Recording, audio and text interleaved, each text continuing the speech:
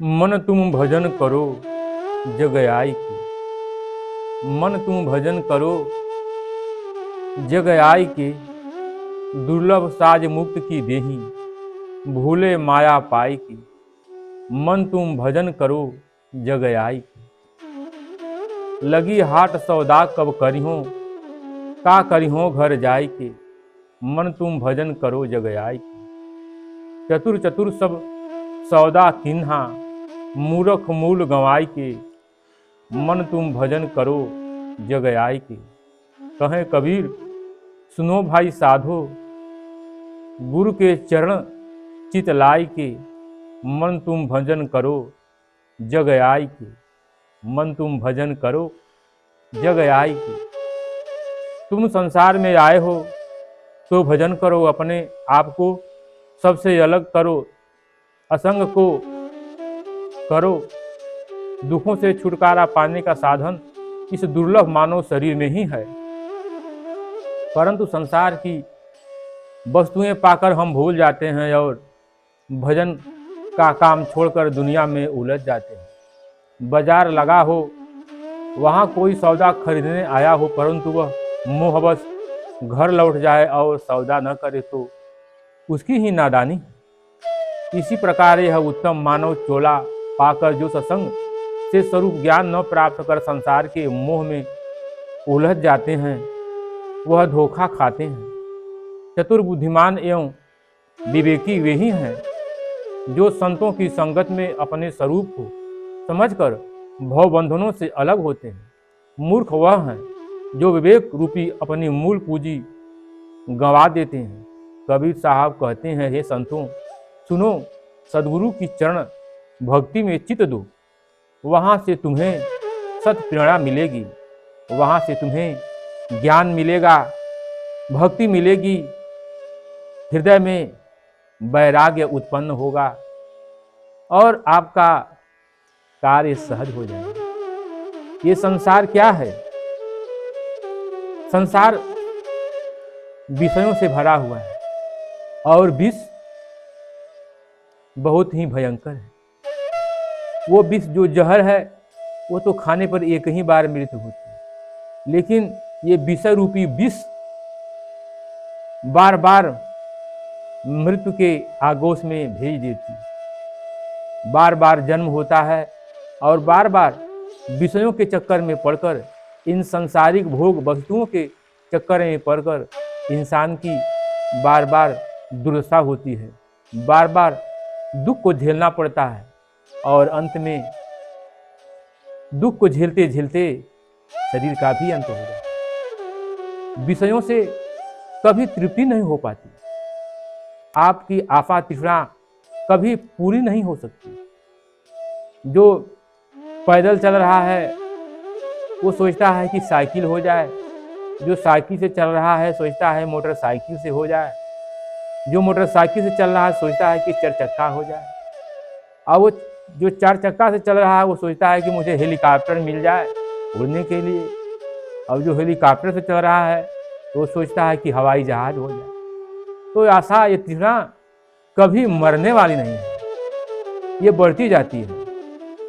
मन न मरे माया न मरे, मर मर जात शरीर, आशा तृष्णा ना मरे कही गए दास कवि।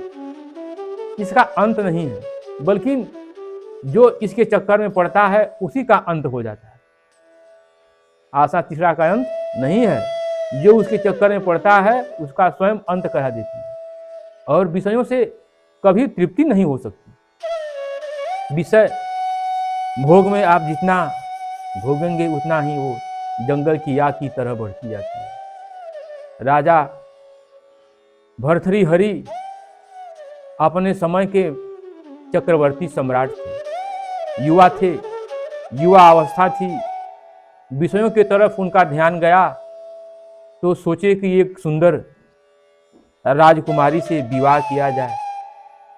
तो राजकुमारियों की लाइन लग गई। फिर चुनाव किए, उस चुनाव में एक सुंदर कन्या का चुनाव किए जो अति सुंदर थी। हजारों राजकुमारियों में भी वो सबसे सुंदर थी, पिंगला। उससे विवाह की और वो महान आत्मा थे राजा भर्तृहरि। फिर सोचे कि ये विषय क्या है, इस भोगों में क्या है, इसके बारे में विधिवत जान लेना अच्छा है। फिर राजपाट का कार्य अपने छोटे भाई विक्रमादित्य को सौंपकर, मंत्री को सौंपकर स्त्री के साथ भोग के सुख में तृप्त होने के लिए लग गए। धीरे धीरे समय बीतने लगा, स्त्री के साथ स्त्री के सुख भोग में लगे। कुछ समय बीता तो दिन में राजा भर्तृहरि शयन करते थे, आराम करते थे, और वो रानी पिंगला को दिन में समय मिलता था। ऊंचे महल से देखी एक घोड़साल में अश्वों का सेवक करने वाला अश्वपाल, जो सुंदर शरीर से परिपूर्ण था, उसके ऊपर पिंगला की दृष्टि पड़ी तो पिंगला मोहित हुई थी। दासियों को भेज करके पिंगला उस अश्वपाल को बुलाया। अश्वपाल हाजिर हुआ तो महारानी बोली कि मैं तुमसे एकांत में मिलना चाहती हूँ, तुम अमुक स्थान पर उपस्थित हो। फिर वो अश्वपाल रानी का आदेश का पालन करके एकांत स्थान में उपस्थित हुआ। फिर आते जाते रानी का उस अश्वपाल से संबंध हो गया। अब विचार कीजिए, फिर यह खबर धीरे धीरे फैली और विक्रमादित्य के पास पहुंची कि आपकी बड़े भाई की जो रानी है ये चरित्रहीन है, अश्वपाल के साथ इसका शारीरिक संबंध है। फिर वो विचारवान राजा विक्रमादित्य अपने भाई राजा भर्तृहरि के समीप पहुंचे। उससे पहले पिंगला की दासी आकर के पिंगला से बताई कि विक्रमादित्य को आपके चरित्र के बारे में सब कुछ मालूम हो गया। फिर वो रानी अपने पति राजा भर्तृहरि से उनके आने से पहले ही बोल दी कि आपके भाई जो हैं विक्रमादित्य, उनकी दृष्टि हमारे पर ठीक नहीं है, कुदृष्टि है, हमसे उनका व्यवहार ठीक नहीं है। क्रिया चरित्रम दय्यम न जानम, अपना क्रिया चरित्र का खेल उसने खेल दिया। जब विक्रमादित्य राजा भर्तृहरि के सामने उपस्थित हुए तो राजा भर्तृहरि क्रोध में लाल थे, क्योंकि वो स्त्री पहले ही उनके कान में फूंक दी थी। बोले कि तुम मेरा भाई है, अगर भाई न होता, अगर भाई के स्थान पर दूसरा कोई होता तो तेरा कत्लेआम करवा देता। तुझे यही दंड है कि तू मेरे राज्य से बाहर निकल जा और मुझे मुंह मत दिखाना। तू एक राजा का भाई होकर तू चरित्रहीन है, किसी स्त्री पर कुदृष्टि डालता है, तेरी भाभी है, वो माँ के समान है और तुझे शर्म नहीं आती। अब राजा का भाई विक्रमादित्य आश्चर्यचकित विचार करने लगे कि अरे अब मैं क्या करूं। फिर भर्तृहरि विक्रमादित्य को अपने राज्य से बाहर निकाल दिया।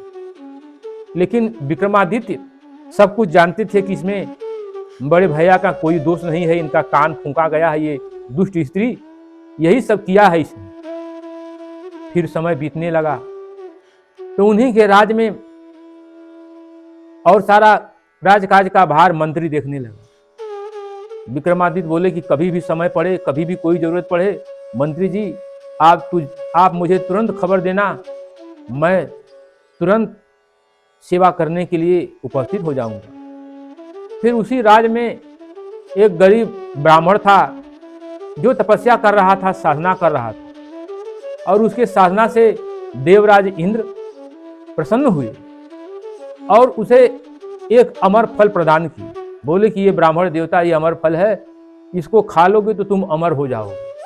अब ब्राह्मण को तो धन की आवश्यकता थी, उसे धन चाहिए था, वो अमर फल खा करके अमर होकर क्या करेगा, दरिद्र था। फिर विचार करने लगा कि मैं इस अमर फल का खा करके अमर होकर क्या करूंगा, मेरा परिवार तो अन्न के लिए तरस रहा है, भूखे मर रहा है, चलूं इसे ले जा करके राजा भर्तृहरि को दे दूं और उनसे जो धन प्राप्त होगा उससे परिवार की आजीविका का साधन बनेगा, जीविका चलेगी। फिर वो राजा भर्तृहरि हरि के दरबार में पहुंचा, मंत्री से निवेदन किया कि मंत्रीवर, हम महाराज से मिलना चाहते हैं। तो भर्तृहरि, राजा भर्तृहरि उसे बुलाए, बोले कि ब्राह्मण देव क्या है, क्या कहना है, क्योंकि उनके दरबार में ब्राह्मणों का बहुत सम्मान था। वो ब्राह्मण, गरीब ब्राह्मण बोला कि राजन, ये अमर फल है, हमने तपस्या किया, इंद्र हमें ये अमर फल प्रदान किए हैं, आप इसे ले लीजिए और इसके बदले में हमें धन दे दीजिए, जो धन से हम अपने परिवार का पालन कर सकें। ये अमर फल खा करके हम अमर तो हो जाएंगे, लेकिन मेरा परिवार दाने दाने के लिए मुश्ताक है, खाने के लिए मुश्ताक है। फिर राजा भर्तृहरि बोले कि इस ब्राह्मण को जितना धन चाहिए उतना धन दे दो। भंडार से ब्राह्मण को प्रचुर मात्रा में धन दिया गया। फिर विचार करने लगे कि अमर फल है, और वो रानी को बहुत प्रेम करते थे, बहुत प्यार करते थे, इसलिए वो अमर फल अपने न खा करके राजा भर्तृहरि ले जाकर अपने रानी को दिए। रानी को दिए और बोले कि देखो ये अमर फल है, तुम खा लो और तुम अमर हो जाओगी, सदा युवा रहोगी। राजा सोचे कि मेरी रानी युवा रहेगी तो मेरे लिए ठीक होगा, क्योंकि वो अपने हृदय से रानी को प्रेम करते थे। लेकिन रानी क्या की, रानी तो अश्वपाल से उसका संबंध था। वो सोची कि मैं खाकर क्या करूंगी, अगर अश्वपाल युवा रहेगा तो जब तक मैं रहूंगी मुझे आनंद की प्राप्ति कराता रहेगा। और अश्वपाल को दे दिया वो अमर फल, रानी पिंगला ने अश्वपाल को दे दिया। अश्वपाल एक वेश्या से प्रेम करता था, जो वेश्या उसी नगर की थी और राज दरबार की नर्तकी भी थी। ले जाकर उस वेश्या को दिया और बोला कि ये अमर फल है, तुम इसे खा लो और तुम हमेशा युवा रहोगी, तुम्हारी मृत्यु नहीं होगी, और जब तुम युवा रहोगी तो हमें आनंद की प्राप्ति कराती रहोगी। और वेश्या जब अमर फल पाई तो विचार करने लगी कि मैं तो स्वयं नरक में फंसी हुई हूँ और ये अमर फल मैं खाकर क्या करूँगी, ये शरीर नाश्वर है, मैं तो स्वयं इस दलदल में फंसी हुई हूँ, दुख भोग रही हूँ। अगर अमर फल खाने का कोई मेरा विचार नहीं है, फिर अमर होकर मैं इस कष्टमय जीवन को जीना नहीं चाहती। अमर फल खाने का विचार उसने नहीं बनाया। सोचा कि ये अमर फल क्यों न ले जाकर के हम राजा भर्तृहरि को दे दें, क्योंकि वो धर्मात्मा राजा हैं, प्रजा पालक राजा हैं, प्रजा को अपने पुत्र के समान मानते हैं, पुत्र के समान व्यवहार करते हैं, किसी को दुखी नहीं देखना चाहते, सबको प्यार दुलार देते हैं, धर्मात्मा हैं। अगर वो ये अमर फल खा लेंगे तो अधिक दिन तक जीवित रहेंगे और प्रजा का पालन करेंगे। फिर वो अमर फल लेकर के वेश्या राज दरबार में पहुंची और मंत्री से कहा कि मंत्रीवर, हम महाराज से मिलना चाहती हैं। बोले ठीक है। महाराज राजा भर्तृहरि के पास गई और बोली कि भगवान, ये अमर फल है, आप इसको ले लीजिए और आप इसको खा लीजिए, आप अमर हो जाएंगे, तो अधिक समय तक रहेंगे और प्रजा का पालन करेंगे, आप जीवित रहेंगे तो धर्ममय राज्य चलाएंगे, प्रजा को सुख प्रदान करेंगे। अब तो राजा अवाक हैं और उस अमर फल को पहचान गए कि यही तो अमर फल हमको ब्राह्मण ने दिया था, और ये अमर फल हमने अपनी रानी पिंगला को दिया था खाने के लिए, और ये अमर फल इस वेश्या के पास कैसे पहुंच गया। फिर उस वेश्या पर डांट चढ़ाए, मंत्री से बोले कि पूछो ये अमर फल कहाँ से पाई। सेनापति डांट चढ़ाया, बोला कि ये बताओ ये अमर फल तुम कहाँ से पाई। अब तो वो संकुचाने लगी, लेकिन बोले कि अगर नहीं बताओगी तो तुम्हें आरा से चिरवाया जाएगा। फिर कांपने लगी वो वेश्या और बोली कि राजन, मेरा जीवन माफ किया जाए, मेरी गलती माफ किया जाए तो मैं फिर बताऊं कि ये अमर फल मुझे कौन दिया।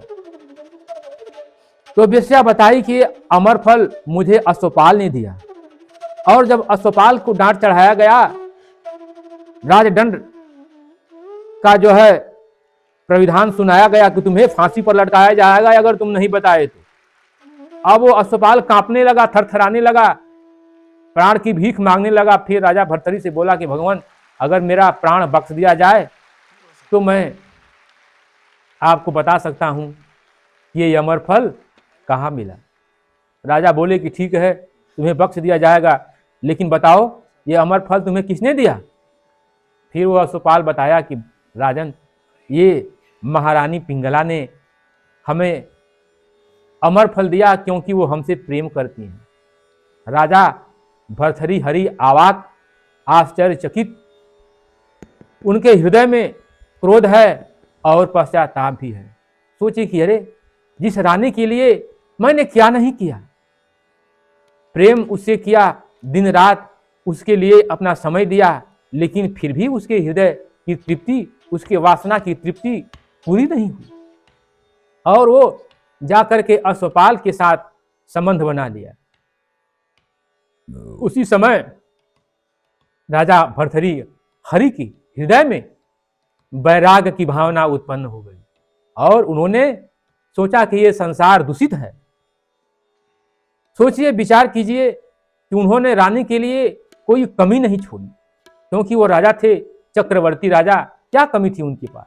लेकिन वो रानी पिंगला अपनी वासना की पूर्ति करने के लिए अश्वपाल के पास जाकर के संबंध बना लिया। तो किसके ऊपर विश्वास किया जाए, किसको क्या कहा जाए, ये संसार क्या कर देगा, कोई ठीक नहीं है। फिर उन्होंने अपने भाई को बुलाया, राजा विक्रमादित्य को, और कहा कि भाई, ये राजपाट तुम देखो, अब ऐसे गंदे संसार में रहना बेकार है।